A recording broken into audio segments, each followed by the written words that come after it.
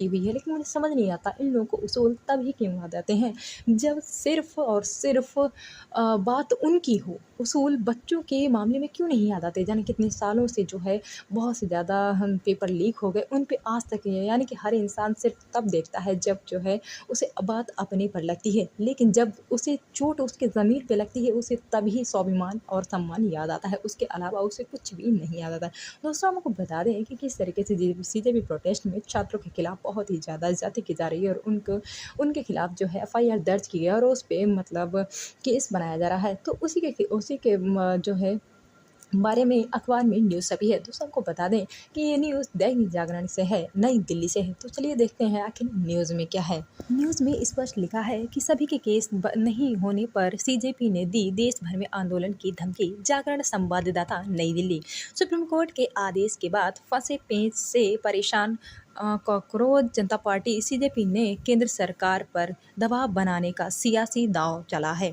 CJP प्रवक्ता सौरभ दास ने एक बार फिर धमकी भरे अंदाज में कहा है कि हिंसा के मामले में देश भर में प्रदर्शनकारियों पर दर्ज किए गए सभी मुकदमे तत्काल वापस लिए जाएं।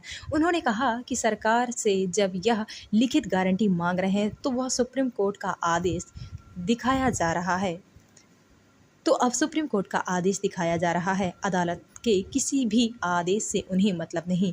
जिन मांगों पर धरना प्रदर्शन समाप्त किया गया था उन्हें पूरा किया जाए। यदि ऐसा नहीं हुआ तो देश भर में अब और बड़ा आंदोलन किया जाएगा। सरवदास ने कहा कि सरकारी प्रतिनिधियों के निमंत्रण पर वह उस उनसे मिलने गए थे तो सुप्रीम कोर्ट का आदेश दिखाया गया। निर्देश संख्या 4 में कहा गया कि मौजूदा एफआईआर की जांच आगे बढ़ सकती है। सरवदास बोले, सुप्रीम कोर्ट का आदेश नहीं दिखाए सरकार लिखित गारंटी दे। सीजेपी बोली, सरकार की गारंटी का उल्लंघन करने वाला कोई फैसला नहीं मानेंगे। सरवदास ने कहा ने न कि सिर्फ केंद्र सरकार को आंदोलन की धमकी दी बल्कि सुप्रीम कोर्ट का आदेश भी मानने से इनकार कर दिया।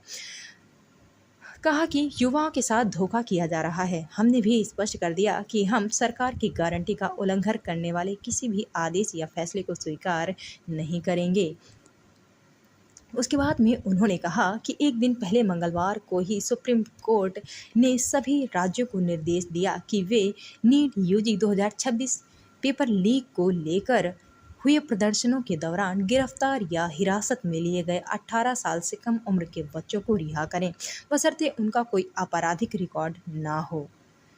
इसी के साथ उन्होंने अपनी बात को रखा और ये सारी बातें सौरभ दास ने, जो कि सीजेपी के प्रवक्ता हैं। तो दोस्तों, यही न्यूज़ थी। अगर आपको ये न्यूज़ अच्छी लगी हो